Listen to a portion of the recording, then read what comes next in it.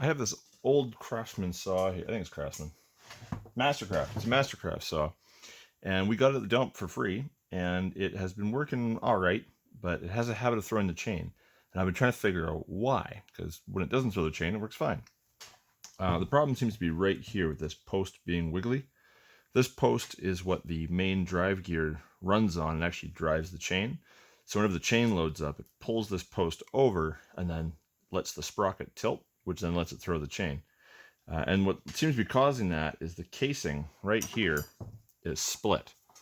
So I don't know if you'll be able to see this on camera, but there's a crack right here. There's a crack right here. It looks like there might be another one here, just because they didn't make this strong enough. It's kind of a shitty part. Anyway, the plan as it stands is to figure out how this comes apart, figure out how big a piece of plastic this is, because it is just a piece of plastic. They probably should have used aluminum or something, but what we'll see if we can do is we see if we can 3D print this and redesign it to be stronger, maybe put like a thicker boss on here or something, because I don't think there's a clearance issue down here. And if we can 3D print that, then we can save this saw. Otherwise, unfortunately, it's a goner. So let's see how this thing comes apart.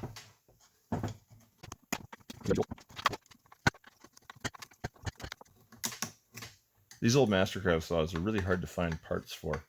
They the model numbers don't seem to cross-reference with anything, and I haven't had any luck finding any replacement parts except for the bar and chain, which are just standard Oregon parts, so they're pretty easy to find.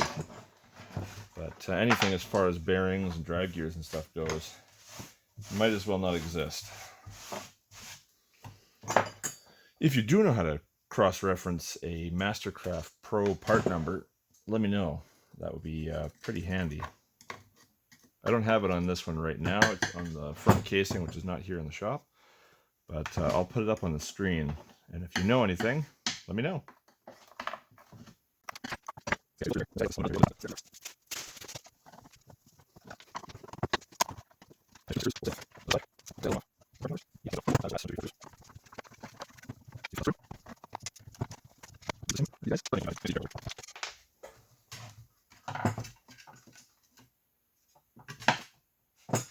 Alright, so that's the one housing off. Now we can kind of get a look at what we got going on here. So it looks like this plastic plate is actually pretty complicated. There's quite a lot going on here. We've got the mount for the, what does this do? This is the bar cutoff switch. So if you push this forward with your knuckles, it disconnects the switch for safety on the saw. I don't know if this holds the bearing for this. Looks like it holds a brake. Yeah, so it houses the brake for the blade as well. Okay, let's keep digging.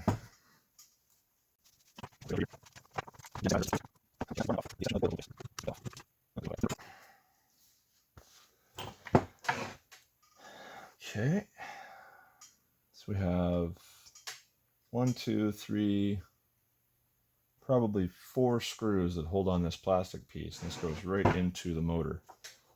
So we've got to go pretty deep to get this thing apart.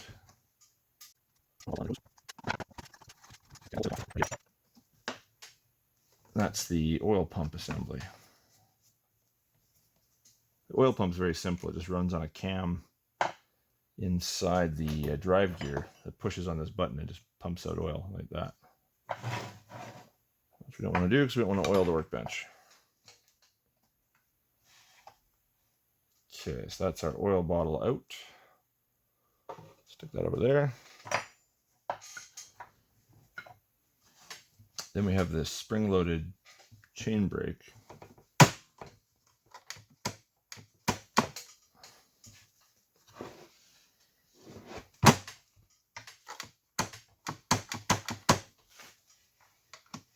It seems like it pivots here at the bottom.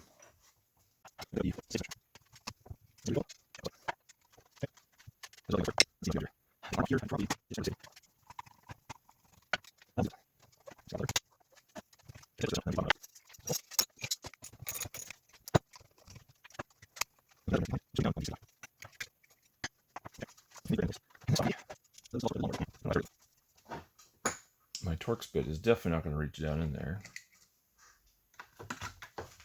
That's too short.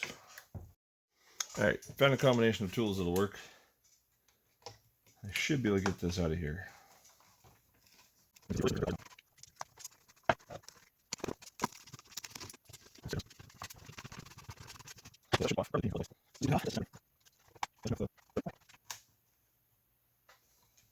Are bad things about to happen? Oh, I'm taking the whole motor out. Well, that's interesting. Yeah, so this is a very complex piece. This is a motor housing, spacer, everything. So I think what we'll have to do is we'll have to find a way to reinforce this, because this is just crap. What if that's supposed to be screwed in place? Okay, I'm going to run these screws back in just because we don't need to take this off. Oh, actually, no, that was necessary. Those screws go all the way through and they attach to the other side of the plastic housing. So yeah, removing those was necessary. All right.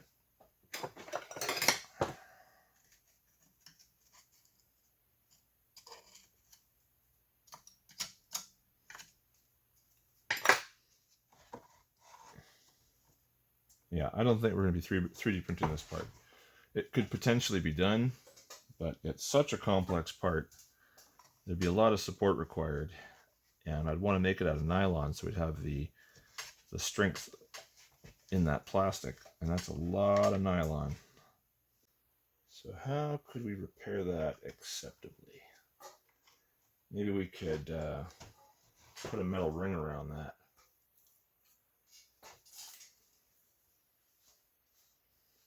Okay, I'm going to clean this up and ponder on it for a while. I'll get back to you. All right, we're going to take the snap ring off.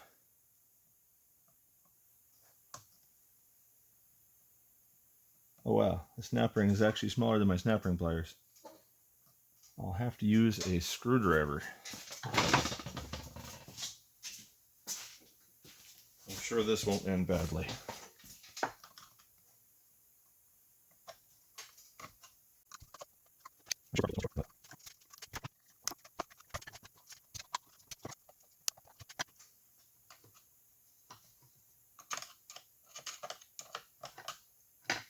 Well, that should be fun to get back on.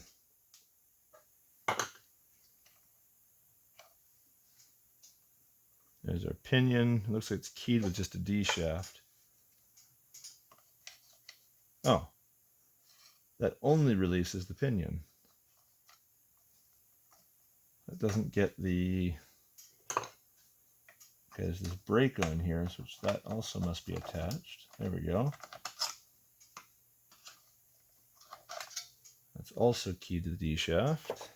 And then we've got a motor bearing in here.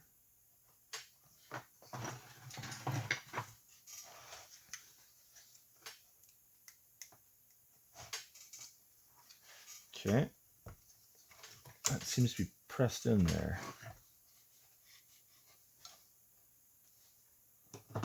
Don't know if I'll be able to knock that out or not.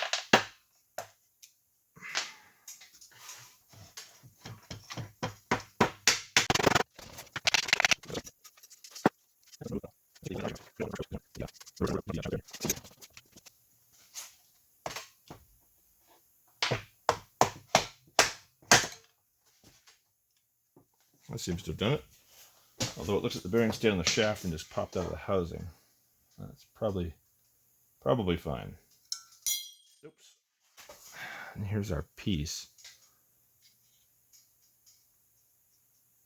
It looks like it might be threaded into this housing. Like this is a hollow shaft with threads. You won't be able to see that on the camera probably.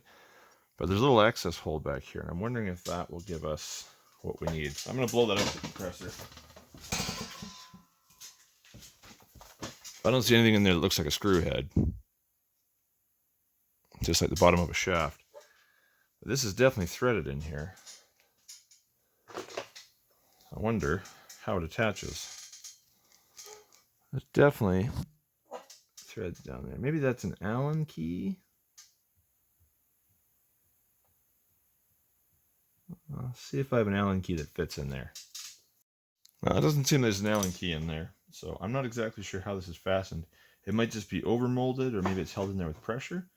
But what I'm going to try to do here, without marring the shaft, hopefully, is I'm going to try and pull it out of there to see if it's just a press fit. If it is, maybe we can drill it through and then fasten it with a fastener on the back so that it's got more holding it in place.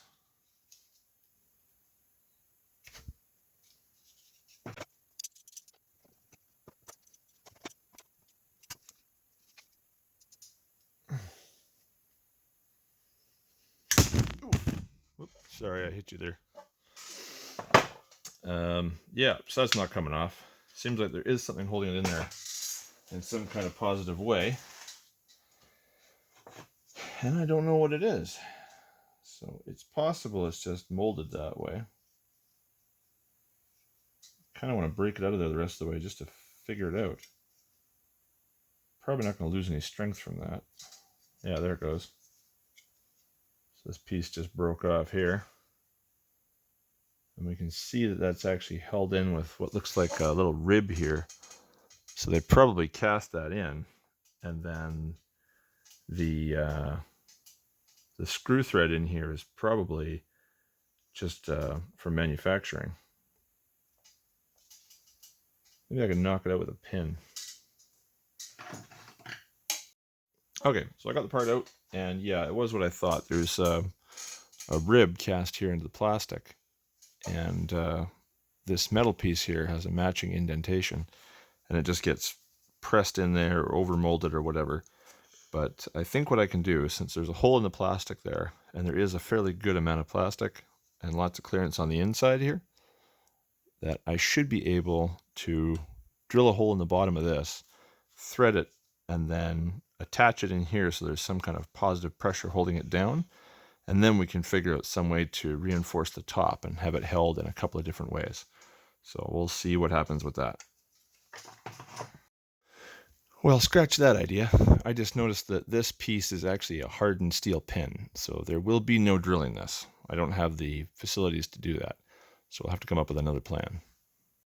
All right, so I think what we're going to do is we're going to take this spring steel wire I've got, this round file, and what we're going to do is we're going to file some grooves into the casing here, so that I can wrap the wire around here to give it that tensile strength and hopefully resist the bending moment.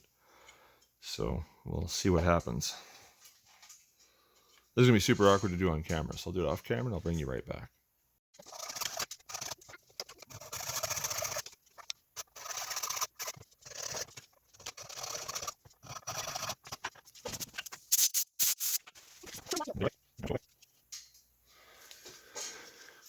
Okay, so that's done. So now what we need to do is wrap the wire around these grooves and see if we can get it to hold in place.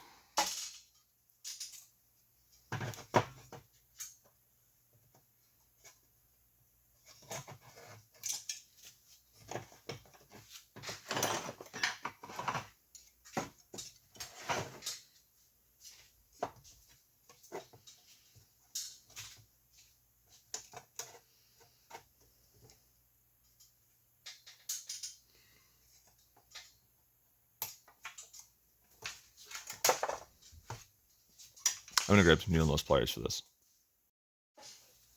Let's see what happens here.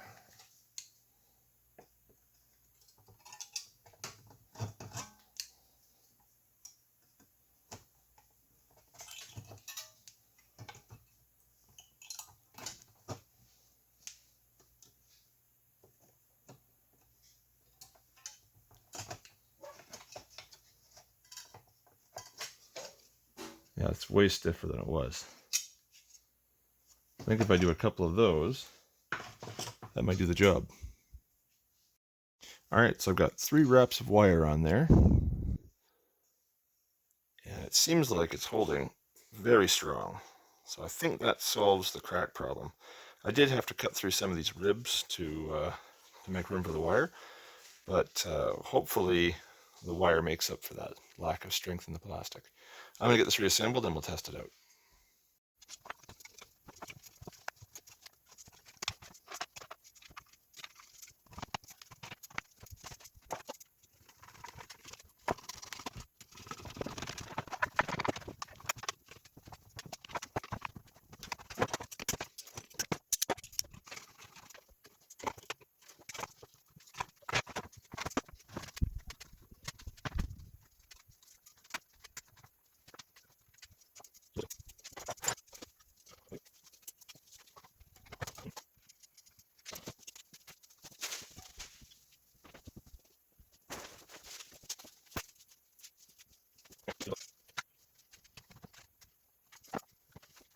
Can't see. This one over here. And this one here. Here.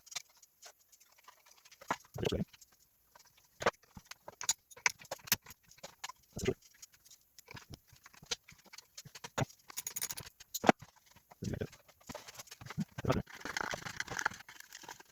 I'm not sure you I should say.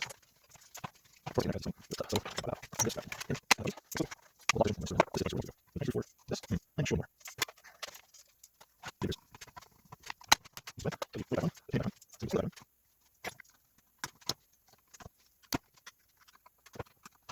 So that'd be. Just good. Don't you think?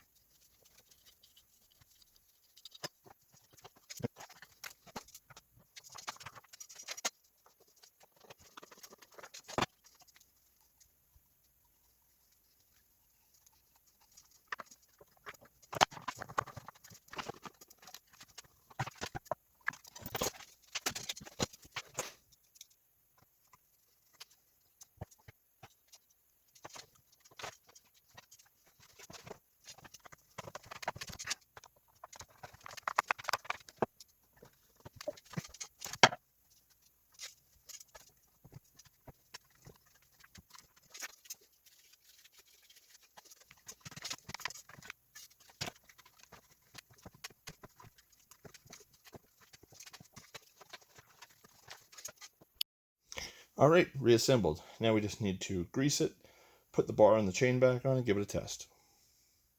All right, it looks like the answer to why it was threaded in that stud there is because it was missing a bolt, and that's probably why it broke in the first place. The previous owner probably misplaced the bolt, which forces this to stay in alignment, and then the chain overloaded, broke the plastic, and that's how it ended up in the dump. So I've modified a bolt here from my bin of spare parts, and I'm going to thread that in there, and then we'll test out the saw.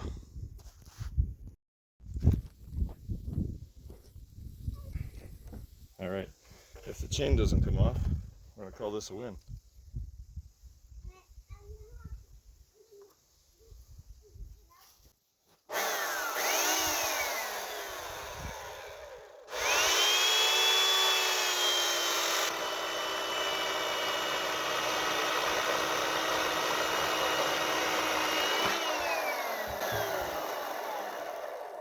That's a fixed electric chainsaw from the dump.